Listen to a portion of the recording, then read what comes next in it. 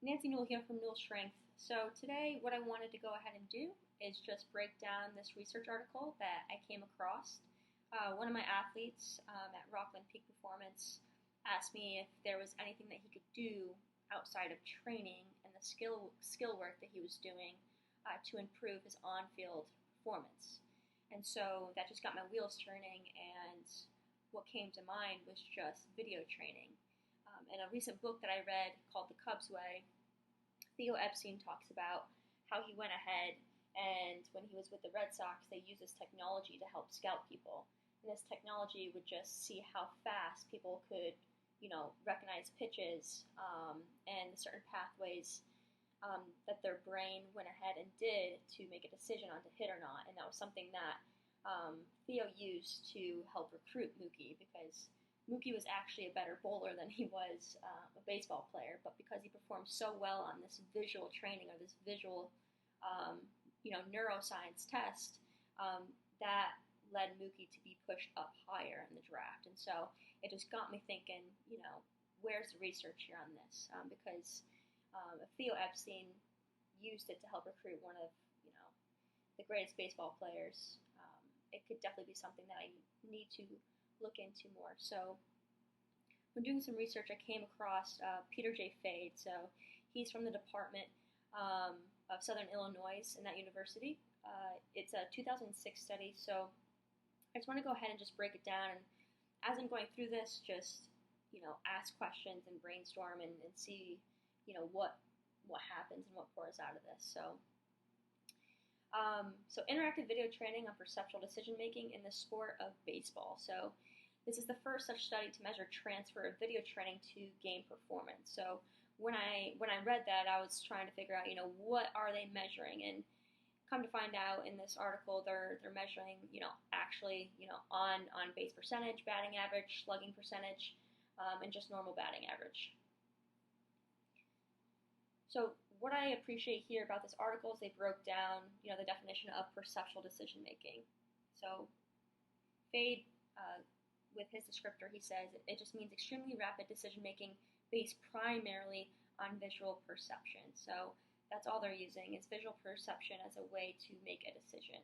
And we know that most of the decision making is going to happen in the frontal lobe.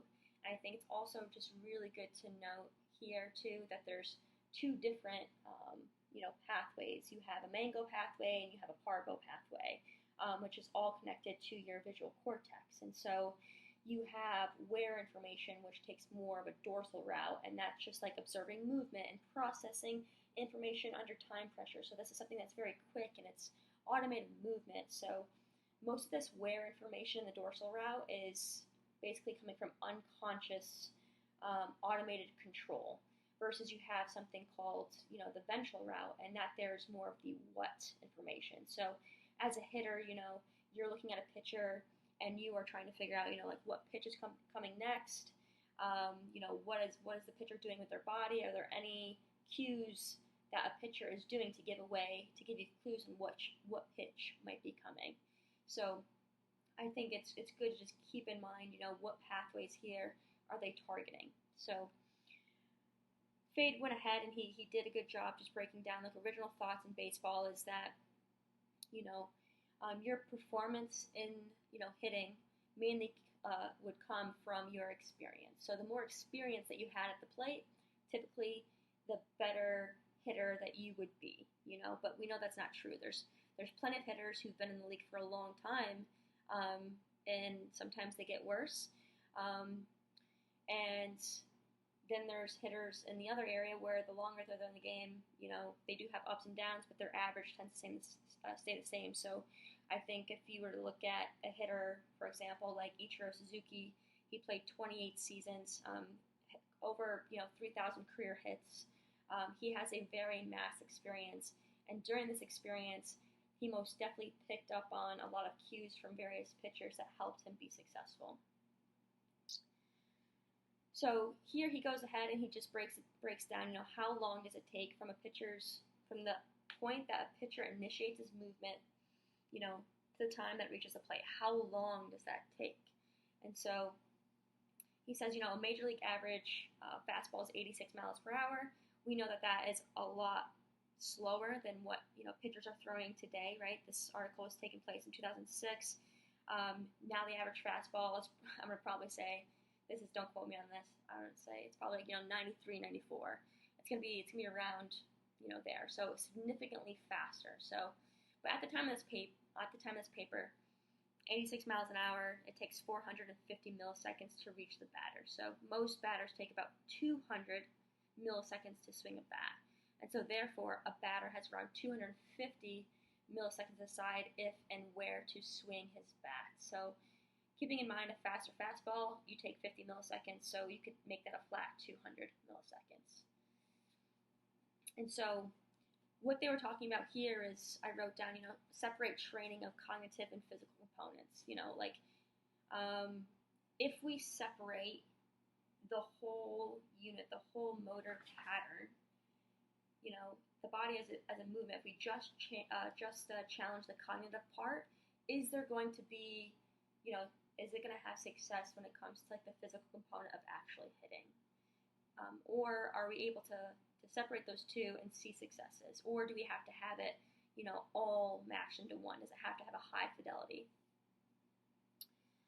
And so going ahead, Fadde talks about, perceptual decision-making in sports, and how most of the research in perceptual decision-making involved research that either one had a temporal or a spatial occlusion. So here it says the visual display was either cut off at various points in time during the opponent's action, that would be temporal occlusion, or portions of the display were masked, so that's spatial occlusion, in order to test the participant's ability to predict based on limited visual information and still be successful. So most of the research has either had a temporal or spatial occlusion.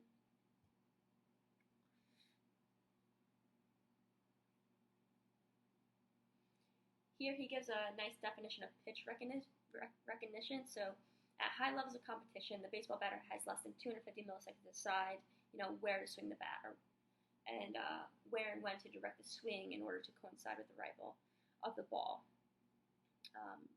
And he says that pitch recognition happens too quickly and subconsciously to be verbally explained by expert batters, Abernethy, Thomas, and Thomas, 1993.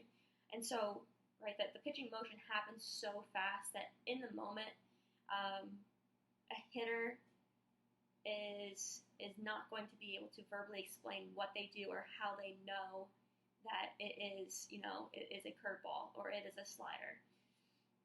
And so there's two primary skills that Fadde talks about here. So as a really good hitter, you need to be able to identify the type of pitch being thrown. Is it a curveball, fastball, slider, changeup, and predicting the eventual location of the pitch in the strike zone. So hitters aren't able to watch the ball from the pitcher's hand all the way to home plate. It's more of a guessing game, and their eye actually makes these jumping movements called saccades. And with the ball flight information, they're able to make accurate or inaccurate decisions based upon what they're seeing from their environment.